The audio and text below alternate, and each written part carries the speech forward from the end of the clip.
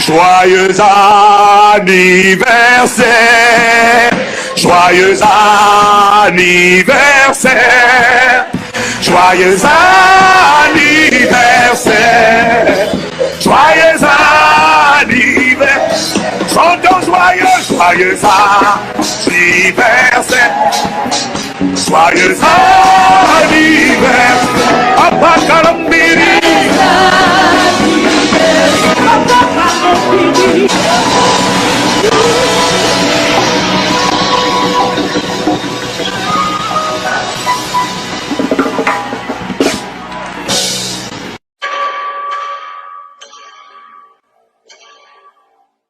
Bonjour frères et sœurs en Christ, j'espère que vous vous portez bien par la grâce de notre Seigneur Jésus-Christ et que Dieu vous bénisse abondamment, vous et votre famille.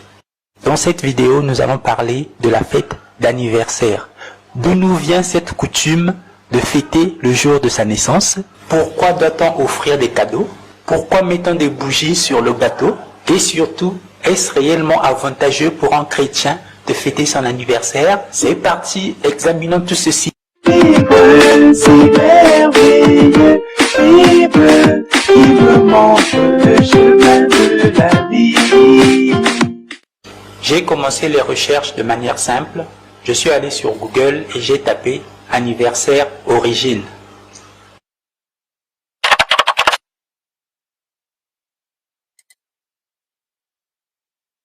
Ensuite, j'ai cliqué sur le premier lien qui s'est affiché et qui était une page Wikipédia. Vous pourrez retrouver les sources dans la description. Bref, ça fait beaucoup de lecture, mais rassurez-vous, je vous résume tout ça. Origine de la célébration des anniversaires. Dans l'Antiquité, les anniversaires étaient réservés aux empereurs et ils donnaient lieu à des sacrifices humains. Nous trouvons Marco Polo qui décrit au XIIIe siècle les festivités lors de l'anniversaire de l'empereur de Chine, Kubilai Khan. Au Moyen-Âge, il était difficile de célébrer son anniversaire à cause de l'Église catholique romaine qui interdisait ces pratiques parce qu'elles étaient d'origine païenne. Cependant, et je cite, « Dans l'Occident chrétien, la fête de naissance sent le paganisme des empereurs romains qui avaient érigé la commémoration annuelle de leur naissance en une fête religieuse obligatoire avec persécution des chrétiens en guise d'animation. » Fin de citation. La célébration du jour de la naissance réapparaît clairement à l'époque de la réforme protestante au XVIe siècle, à cause de l'astrologie et des horoscopes. Néanmoins, c'est au XIXe siècle que la célébration de l'anniversaire se répand dans la classe bourgeoise, puis à la classe ouvrière au XXe siècle. Origine et signification des vœux, du gâteau et des bougies, et des cadeaux. Veuillez noter que dans ce chapitre, je cite directement l'article Wikipédia. Tout ce que j'ai fait, c'est modifier un peu l'ordre des phrases. Allons-y. Les diverses coutumes que l'on observe aujourd'hui lors des anniversaires ont une longue histoire. Leurs origines sont liées à la magie et à la religion. Jusqu'au IVe siècle, le christianisme a rejeté la célébration des anniversaires, les considérant comme une coutume païenne. Les Grecs et les Romains croyaient qu'à chaque humain s'attachait un esprit protecteur ou démon qui assistait à sa naissance et veillait sur lui durant sa vie. Cet esprit était en relation mystique avec le Dieu dont l'anniversaire correspondait au jour de la naissance de l'individu. Cette croyance a fait son chemin et se retrouve dans les notions d'ange gardien, de marraine fée et de saint pape. La coutume consistant à allumer des bougies sur les gâteaux a commencé avec les Grecs. Les gâteaux de miel, ronds comme la lune et éclairés par des cierges, étaient déposés sur les autels du temple de la déesse Diane. La croyance populaire attribue aux bougies d'anniversaire le pouvoir magique d'exaucer les souhaits. Les cierges allumés et les feux sacrificiels ont toujours eu une signification mystique particulière depuis que l'homme a commencé à dresser des autels à ses dieux. Les bougies sont donc un hommage à l'enfant qui fête son anniversaire. Elles lui font honneur et lui portent chance. Les souhaits d'anniversaire et le vœu de bonheur font partie intégrante de la fête. Cette croyance prend ses racines dans la magie. Les souhaits d'anniversaire peuvent faire du bien ou du mal, parce que l'on est proche du monde des esprits à ce moment précis. Les pratiques en usage dans les temps anciens qui consistaient à adresser des félicitations, à fêter l'événement et à offrir des cadeaux étaient censées protéger des esprits mauvais celui qui célébrait son anniversaire. On assurait ainsi sa sécurité pour l'année à venir. Origine de la chanson Joyeux anniversaire. La mélodie de la chanson Joyeux anniversaire a été composée par deux sœurs américaines, Patty Hill et Mildred Hill, en 1893. Elles étaient toutes deux institutrices et avaient composé la chanson intitulée Good Morning to All pour leurs jeunes élèves.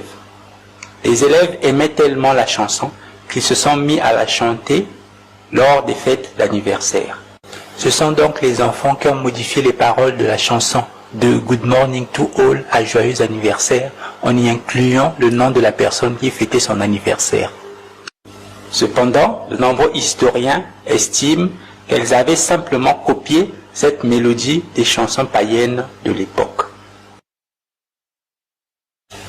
Un chrétien doit-il fêter son anniversaire? Dans la Bible entière, on ne parle que de deux fêtes d'anniversaire, une dans l'Ancien Testament et une dans le Nouveau Testament.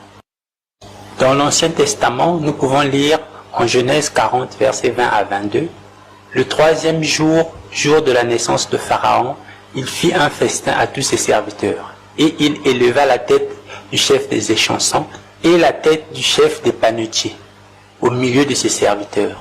Il rétablit le chef des échansons en sa charge des chansons pour qu'il mit la coupe dans la main de Pharaon. Mais il fit pendre le chef de panetier selon l'explication que Joseph leur avait donnée. » Nous voyons ici que l'Ancien Testament confirme ce que l'histoire a dit, à savoir que la fête d'anniversaire était une fête païenne et qu'il y avait des sacrifices humains. Passons maintenant au Nouveau Testament.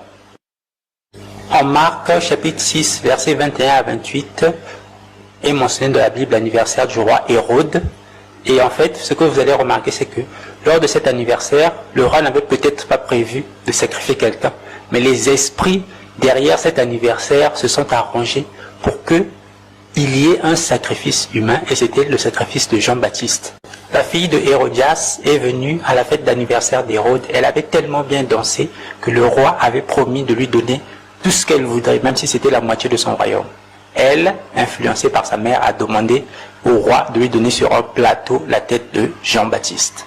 Et en fait, ce passage prouve bien que ce genre de pratique était courante à l'époque, parce qu'aucun des invités n'a été choqué par une telle demande provenant en plus d'une jeune fille.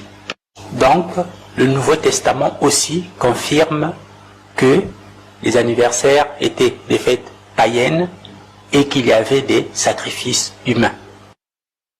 Voici un petit résumé de tout ce qui a été dit pour vous aider en tant que chrétien à prendre une bonne décision. 1. Les anniversaires sont liés à la magie, à l'astrologie et au sacrifice humain. Déjà, la Bible interdit clairement la magie, l'astrologie et les sacrifices humains.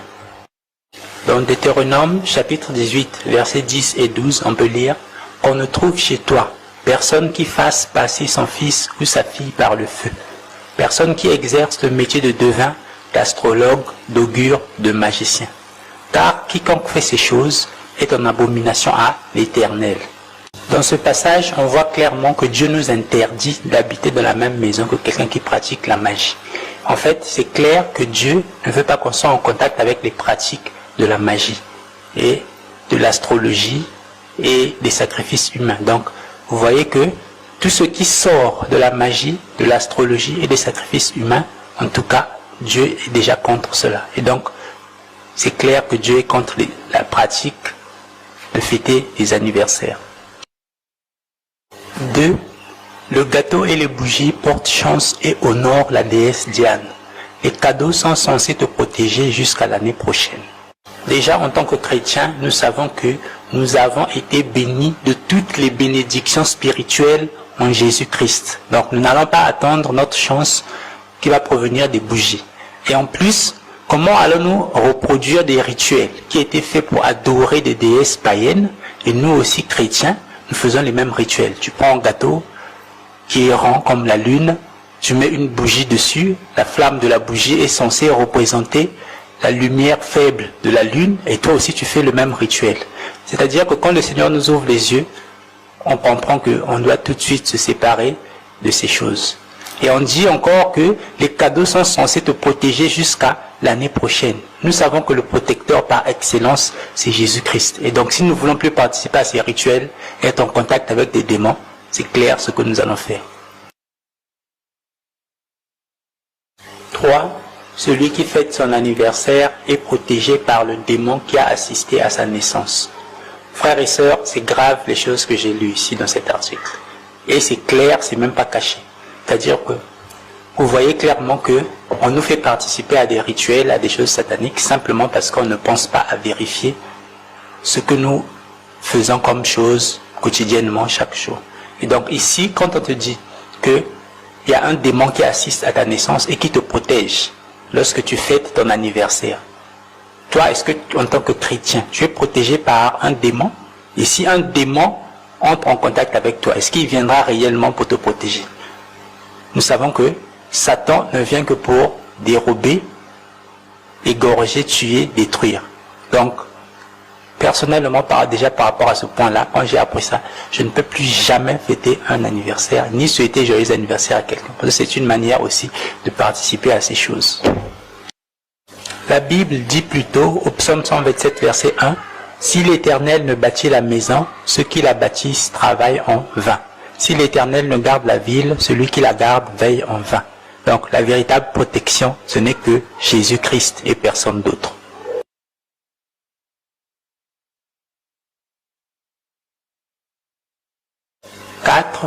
Les souhaits d'anniversaire peuvent faire du bien ou du mal. Parce qu'au moment de la fête d'anniversaire, on est plus proche du monde des esprits. » Frères et sœurs en Christ, en tout cas c'est ici qu'apparaît clairement que la fête d'anniversaire est une fête satanique. C'est-à-dire que c'est une recommandation de Satan. Parce que on ne peut pas m'expliquer comment un souhait d'anniversaire va te faire du mal. Mais on te dit que le souhait d'anniversaire peut te faire du bien ou du mal. Pourquoi? Parce qu'au moment de la fête, tu es plus proche du monde des esprits. Comprenez ça? C'est-à-dire que les choses qu'on voit, c'est grave. Mais qu'on fait, c'est grave. Mais on ne se rend pas compte forcément de ce qu'on est en train de faire en préparant simplement un gâteau, en organisant une fête, en mettant des bougies dessus. On ne se rend pas compte à quel genre de rituel on est en train de participer. Et c'est ça la gravité de fêter un anniversaire. Parce que à ce moment-là, un sataniste va profiter. Lui, il viendra avec ses lèvres, il va te prononcer des belles paroles. Mais spirituellement, il prononcera autre chose. Et tu seras vulnérable parce que c'est toi qui as choisi de participer à ce rituel satanique.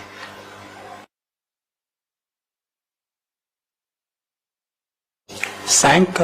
Pour animer leur fête d'anniversaire, les empereurs romains persécutaient les chrétiens.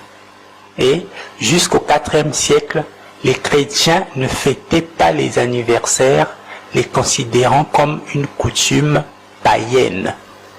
Frères et sœurs en Christ, rendez-vous compte de la gravité de la situation.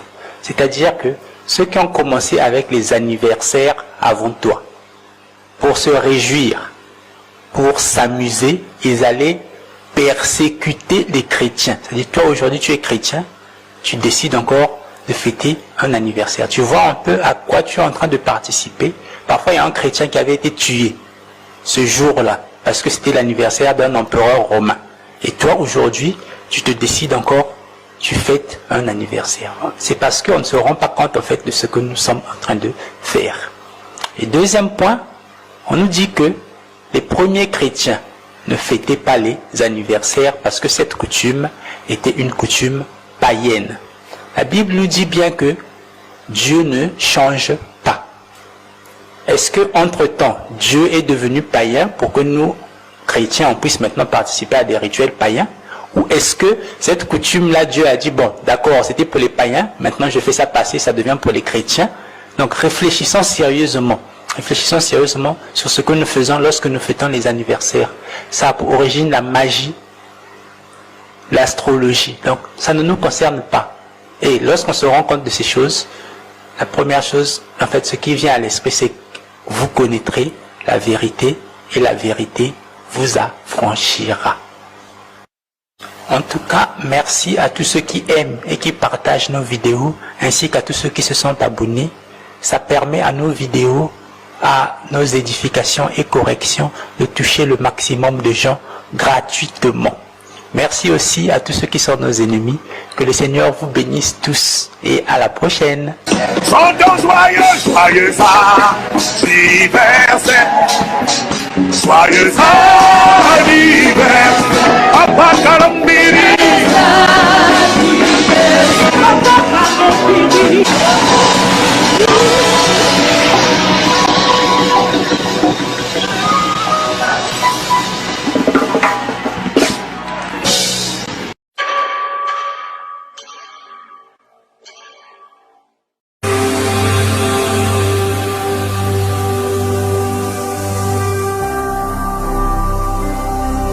Jésus-Christ TV, vous connaîtrez la vérité et la vérité vous affranchira.